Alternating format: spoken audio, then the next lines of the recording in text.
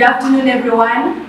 My name is Rebecca Ryan, and together with my co-modulator, Elizabeth Promise, ready to drive you through the show.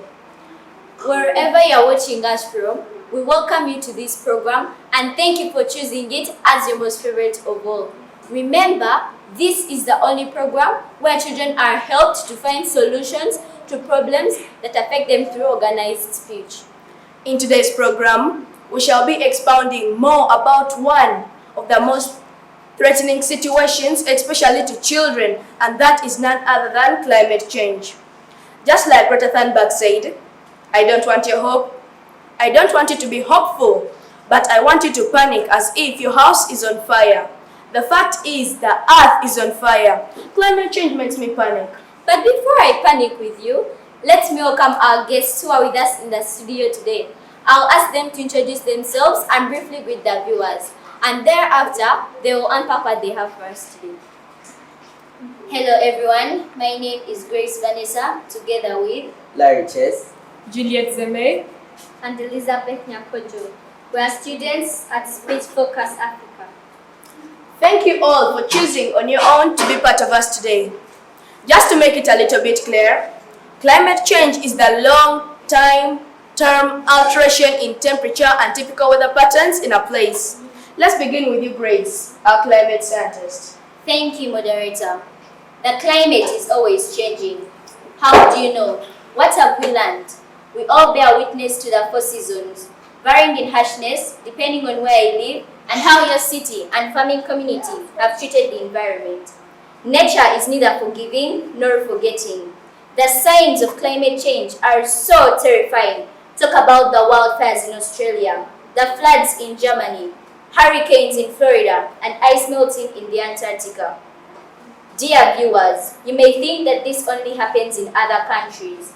Africans may think they are safe because I've only mentioned countries in other continents, but climate change threatens the lives and livelihoods of over 100 million in extreme poverty. Global warming is expected to melt Africa's remaining glaciers, and the reduction in water, which is essential to agriculture production, will create food insecurity, poverty, and population displacement. Now, let me bring it close here in our motherland, the Pearl of Africa. In Uganda, the impacts of climate change are heavy and off-season rains, flooding, especially in Kasese, caused by melting snow on Mount Rwenzori. You've always watched people cry for help as River Nyamamba floods and bursts its banks, leading to loss of property and sometimes lives. Remember the landslides in Bududa, drought, disease outbreaks and epidemics like malaria and cholera, as well as lightning strikes. The effects and signs of climate change are quite a good number. Climate change has created new ecological species that provide insect pests with opportunities to establish and spread in new geographic regions and also shift from one region to another. Ask yourself why these days we expect less grasshoppers but more locusts instead. Therefore, farmers will have to expect to face new and intense pest problems due to the changing climate. The spread of crop pests across both physical and political boundaries threatens food security and is a global problem common to all countries and all regions. I'm just a guest speaker. Dear moderators and dear viewers, let's wake up. Thank you, Grace, for that elaborate presentation. Larry, you look worried already. What do you have to say? Yes, I am worried and scared because scientists attribute the current warming trend of fossil fuels because burning them releases into the atmosphere stores of carbon that were buried millions of years ago.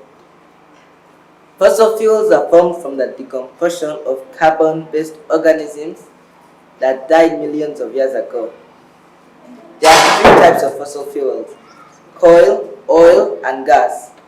When these fossil fuels are burned, they release carbon dioxide, a greenhouse gas, into the atmosphere.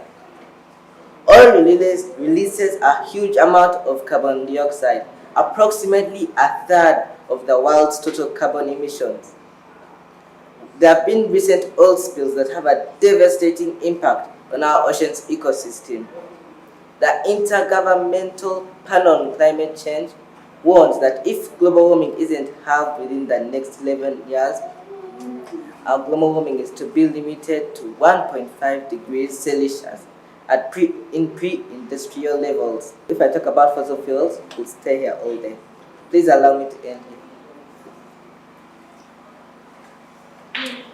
In case you have just joined us, we are here as children of public speech discussing about climate change. It's a bit hard for me to explain all these gases and other terms to the viewers. I hear greenhouse gases and others. Let me give 1 or 2 minutes to Victoria, our specialist. Thank you, moderator. I would be delighted to explain these terms to our viewers so that they may have a better understanding of how they connect to the climate. Greenhouse gases are gases in the atmosphere that trap heat. When rays from the sun hit the surface of the earth, some of these rays are absorbed by the earth, heating up the surface of the planet, whereas others are bounced back into space. But when the atmosphere has a huge amount of greenhouse gases, the greenhouse gas effect can be catastrophic. This causes that heat energy to stay in the atmosphere, heating the earth up first. Warmer conditions put biodiversity and ecosystems at risk. An ecosystem is a group of living animals that live and interact with each other in a specific environment. Forests, oceans, deserts, all these are examples of ecosystems made up of plants, animals, insects, and other living organisms. As one of my colleagues said earlier, the release of carbon puts ocean ecosystems at risk. Well, this is because oceans act as vital carbon sinks. That simply means that they absorb carbon, preventing it from reaching the upper atmosphere. But with higher carbon concentrations and warmer water conditions, ocean waters are becoming very acidic, and this is having a huge impact on the ecosystems and biodiversity. Biodiversity, on the other hand, is simply a term to refer to the variety of life on Earth. The more the biodiversity, the more secure life is. The more plants there are, the more secure animal life is. The continued loss of biodiversity affects the food we eat and even the water we drink. Moderator, having explained those few terms, allow me now to relate them with climate change. As earlier said, the atmosphere consists of gases like nitrogen and oxygen, but it also consists of greenhouse gases like carbon dioxide, nitrous oxide, and methane. Unlike oxygen and nitrogen, the greenhouse gases are dangerous to the planet because they trap heat. And there are several things that cause the accumulation of greenhouse gases in the atmosphere. One of these being agriculture. Over 56 billion animals are globally raised for food purposes every year. That's 8 times more than the human population. And the huge amounts of excrete produced by livestock emit toxic gases like hydrogen sulfide, ammonia, and methane, which is actually 23 times more effective than carbon at trapping heat. Deforestation not only emits greenhouse gases, but also gets rid of the trees. This will leave plant and animal life struggling to adapt to the conditions. And if any of them goes extinct, it will create a domino effect with the food chain, because no living plants or no living animals means no living humans. I know warmer weather may not seem that bad, especially here in our country where it's sunny most of the day, almost all of the days. But to the planet, even the slightest increase in temperature can be disastrous. With warmer conditions, the ice in the polar region is going to melt, filling the oceans with more water than they can hold, and this will cause coastal regions to flood. Other regions, on the other hand, will face intense heat waves and even droughts. However, we are not too late. There are still things we can do to reduce and stop the accumulation of greenhouse gases. Several countries like China, the European Union, and even our own Uganda have pledged to reduce greenhouse gas emissions by 22% by the year 2030. If these pledges are kept, global warming could be limited to 1.5 degrees. Moderator, allow me to leave the rest to the fellow panelists. Now, Muganya Victoria, climate specialist. Thank you, Victoria. Julie, what package do you have for us today? You can talk to the viewers. Thank you, moderator. Ending deforestation and restoring forests has other benefits beyond reducing global warming pollution. Tropical forests are home to many unique species of animals and plants that risk extinction. if we do not protect their habitats. Tropical forests help regulate regional rainfall and prevent both floods and droughts. Reducing deforestation is not only a beneficial action against global warming, it also can make important contributions to saving biodiversity and supporting sustainable development. Therefore, my dear moderators and my dear viewers out there, we should really consider saving our forests. Thank you. Thank you, Julie. My namesake, Elizabeth, talk to the audience. Climate change is one of the greatest challenges facing humanity in developing countries. As fellow discussants have been mentioning, all the effects need solutions, which becomes costly to the governments without stable economies. Developing countries are the most impacted by climate change, and a few, if not none, can afford its consequences. Climate change has the potential to oppose major development gains made in these countries. According to the World Health Organization, as of the year 2030, climate change is expected to contribute to around 250,000 additional deaths per year from malnutrition, malaria, diarrhea, and heat stress. This means that developing countries will have to spend a lot on treating and managing these terrifying conditions. To me, there is no country, whether developing or developed, that has the capacity to withstand the effects of climate change. Otherwise, governments with stable economies will not be spending lots of money on fighting climate change. Thank you, our dear moderators, and thank you for choosing this show. Your presentation has been so elaborate, but scary at the same time. Elizabeth, you mentioned about multiple additional deaths per year, and this brings fear to us children, to our destiny. Shall we arrive alive? The only conclusion I can make out of all these presentations is that climate change and environmental degradation undermine the rights of every child. I am also worried, of course, but as a man. Let me hope I will be brave enough. Let me try to reach out to Arinda John Kerry to let us know whether climate change undermines our rights in any way. Kerry, your time starts counting now. Thank you, moderator. Climate change and environmental degradation undermine the rights of every child. Climate change has become a direct threat to a child's ability to survive, grow, and thrive. As extreme weather events such as drought and heat waves, rising sea levels, melting snow, floods and temperature, increasing frequency and fierceness, threatening children's lives and destroy infrastructure critical to their well-being. Floods compromise water and sanitation facilities, leading to diseases such as cholera, to which children are particularly vulnerable. Children are the least responsible for climate change, yet they will bear the greatest burden of its impact. Climate change is now a reality. It is causing these extreme weather events to become more frequent and more severe. There are plagues of locusts that are invading Eastern Africa. Many of our countries are made worse through climatic impacts such as drought and floods. Since I was 10, I've been passionate about this. I am proud that I've been part of environmental advocacy here at Speech Focus Africa.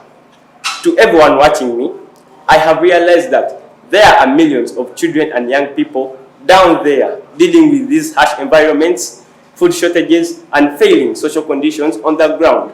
And yet, they are the future. What a future! Governments mostly talk about sustainable development, but it's high time we recognize that the environment and climate form the foundation of all the social development goals. If we fail to achieve the goals related to clean water and sanitation, climate action, life below water, and life on land, the world will fail to achieve all the other remaining goals. Most leaders concentrate on eradication of poverty, zero hunger, peace and justice, education, good health, just to name a few. Yes, these affect my life every day. but they won't be dealt with if nothing is done to stop climate change. Definitely, levels of poverty will increase because it's costly to manage the extreme effects of climate change. Protecting the environment is one of the most important requirements for social justice and economic development, and ensuring the rights of children all around the world. Involve the voices and opinions of children and young people in creating the policies and making decisions about climate and environment, which in the end will affect us and our children in the future. Support their projects that advocate for climate change. Amplify their voices, for what they fight for belongs to them. Live by example and engage more actions than talks. If this is not done, then the future of the young generation is at stake. We are here. We are smart. We are activists. We have solutions. Involve us. Support us. Guide us. Show us what to do and sponsor our small projects. As governments, leaders and parents, this is the only way you are assuring us of a better future. So friends and leaders, as I speak to you here today on this stage, I make a big plea to you. Please take all the things we talk about today and put into action. For us as children, we have already started our fight against climate change through the use of our voices. All we ask for is for your support. Nothing for us without us is ours. Arinda John Kerry, Climate Analyst, Speed Focus Africa. Thank you. Thank you, Kerry. At least there is some hope in case you use your advice. And if it is to speak up, I have also done my part and shall always do, especially here at Speech Focus Africa. I think all the children out there have had it themselves. We value your time to come and share with us today. Well, they always say so far so good. We appreciate your spare time to talk about this global concern. We are sure that our viewers out there now know what climate change is all about and probably how to get rid of it. Elizabeth, I think governments should plan to resettle some of the populations to Mars because one time the Earth won't be habitable. Ryan, why shift to Mars if you can fix this Earth? Governments should just style up and objectively make and implement policies that end climate change. It's all about action, not talks and talks with empty promises. Even if we shift to Mars, the same people will mess it up just like they have done on Earth. No, no, no, no, no. Please, calm down, calm down. I withdraw my suggestion. Not going to Mars or else I may be beaten here in studio. We are so glad that you've been part of us today. Our dear guests, we appreciate your time. To our dear viewers out there, we thank you for following this program. We've been with Grace, Julie, Elizabeth, Larry, and Samantha. Let us have a short commercial break. We'll be right back.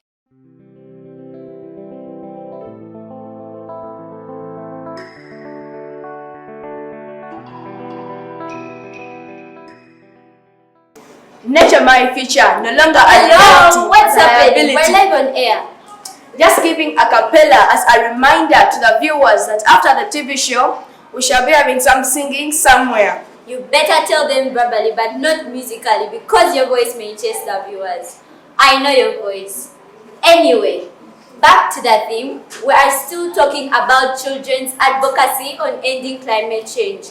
Let's see if Aaron can be reached with his poem. Nature my hope, nature my destiny, nature my sustainer. Oh nature, my only pride, a place so rich and beautiful.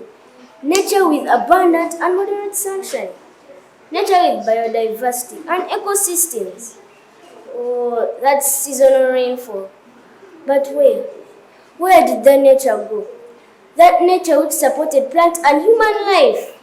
I cry for that climate, where sunshine, temperature and rainfall were all appropriate for plants and animals. The days of no pollution, when air and water were non-toxic. What happened to our nature? The days of no plastic, no polythene, no fossils burnt. These days when I look around, my soul drops.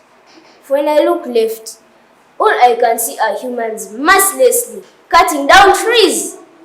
I turn to my right. Plastics are littered all over, in the air, in the water, and in the soil. Oh, I try running backwards. And what I find still are humans burning fossil fuels unending. I try running forward where my future lies. Oh no! All I can see are fumes and wastes from industries polluting the air and the water. Now where? Where should I run to? How can I access my destiny? Oh nature, hear my cry. Hear my cry! But she can't hear my cry, for she is also crying. Let us carry our responsibility and restore nature, for our generation is perishing, our future is vanishing, and our hope is diminishing. Let us join our hands and find solutions to fight against climate change. Let us guard against the danger that the young generation will face and end climate change. It's true, we can. Uganda Aaron Moses for Speech Focus Africa. Be yourself.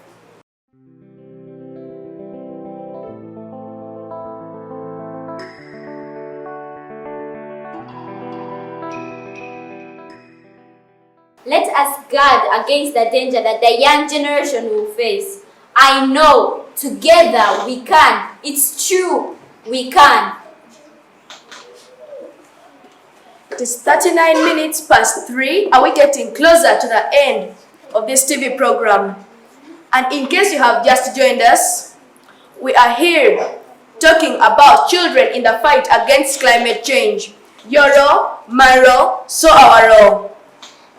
Well, we are soon coming to the end of the beginning. You are still watching us live at Hotel Rumita in Kira. With me, Elizabeth, and of course, Ryan, today's hosts. They always say, he who laughs last, laughs best. As we prepare to conclude, there is one last speaker we are trying to connect. She is a child advocate and she has been doing this for quite a while. Kainerugaba Vivian Chimuri always raises her voice for the voiceless. Let's wait and see if she has anything for our viewers today. Vivian Chimuri, add your voice to those of the rest. Thank you, our dear moderator, for this opportunity. To our dear viewers out there, this report calls for no smile at all. According to UNICEF, this is the first time a global generation of children will grow up in a world made far more dangerous and uncertain as a result of a changing climate and degraded environment. Addressing climate change and mitigating its impact is imperative to save the world's children and to fulfill their rights. Climate change deniers either have a problem with scientific evidence or are paid more directly or indirectly for polluting the environment. We don't need science anymore. We need responsibility. We need a world full of people who understand the kind of danger they are creating, especially for the young generation, through igniting fast climate change. Look for every result of climate change. Children are affected the most. We are first of all young, less immune to diseases, affected by bad weather, and depend on decisions of our parents. Dear parents, why must we pay for the evils we didn't commit? We contribute the least to climate change, but shall pay highly. What's the fate of our future? Children, we need to stand up to the corrupt officials and multinationals who are milking the system for short-term plans, of course, for their selfish interests. Silence to what affects our future means we let the world decide for us. No, that is not the way to go. We feel so worried living in a world whose future projection is very threatening. Unfortunately, a few look to be bothered about ending climate change. Talks, and talks, but no action. Parents, yes, you educate us, you feed us, and others even go ahead to buy us insurance policies. But that is insurance with no future assurance. Parents, take action now. Stop climate change for the generations to come, for they will inherit the world of your make. I hope we shall forgive you, for you didn't realize how special the earth was. Kainerugaba Vivian Shimuri for Speech Focus Africa, voicing voices for the voiceless.